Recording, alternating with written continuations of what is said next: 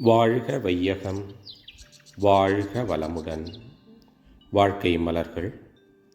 நால்வோர் நற்சிந்தனை. மார்ச் 2.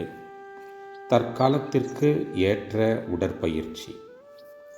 நினைவுக்கு எட்டாத காலம் முதற்கொண்டே பருவநிலை, வாழ்க்கை முறை, இன்னும் இதர பழக்க வழக்கங்கள் ஆகியவற்றை கொண்டு பல்வேறு நாடுகளில் பல வகையான உடற்பயிற்சிகள் உருவாகி உள்ளன.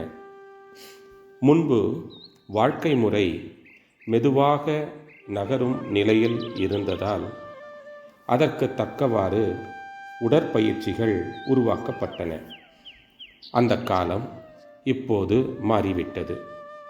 விரைவு, அழுத்தம், பரபரப்பு உள்ள சூழ்நிலையில் நாம் வாழ்கிறோம்.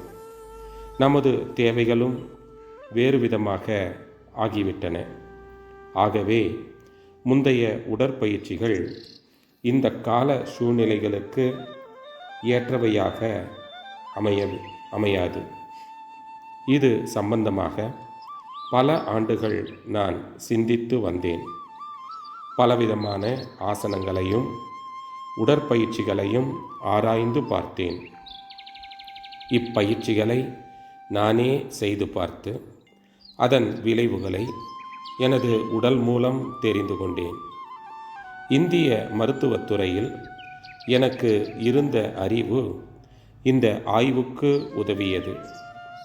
இறுதியாக ஆடவருக்கும் பெண்டிருக்கும் குழந்தைகளுக்கும் பல்வேறு வாழ்க்கை நிலையில் இருப்பவர்களுக்கும் பல்வேறு கால நிலைகளுக்கும் ஏற்றவாறு சில பயிற்சிகளை ஒழுங்குபடுத்தியுள்ளேன். இந்த பயிற்சிகளை ஒழுங்காக செய்யும்போது உடலுக்குள் பிராணவாயு பரவி எண்டோக்ரைன் சுரப்பிகள் இயக்கத்தை ஒழுங்குபடுத்தி இரத்தத்தை சுத்தப்படுத்தி அதன் ஓட்டத்தை ஒழுங்குபடுத்துகிறது.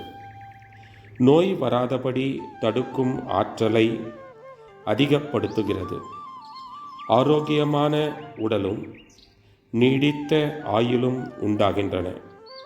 அதன் மூலம் ஆன்மீக தேட்டத்தில் வெற்றி பெற்று நாம் இந்த மண்ணுலகுக்கு எதன் பொருட்டு வந்தோமோ அதை தெளிவாக தெரிந்து கொள்கிறோம். இந்த பயிற்சிகளை ஒழுங்காக செய்பவர்கள் நிச்சயம் நன்மை அடைவார்கள். எளிய முறை குண்டலினி யோக பயிற்சியில் ஈடுபட்டுள்ளவர்கள் இந்த பயிற்சிகள் செய்து பழகுவதன் மூலம் பெரும் அளவில் நன்மை அடையலாம். இந்த பயிற்சிகள் அதற்கு அதிக அளவு உதவியாய் இருக்கும். அருள் தந்தை. வாழ்க வளமுடன். தொடரும்.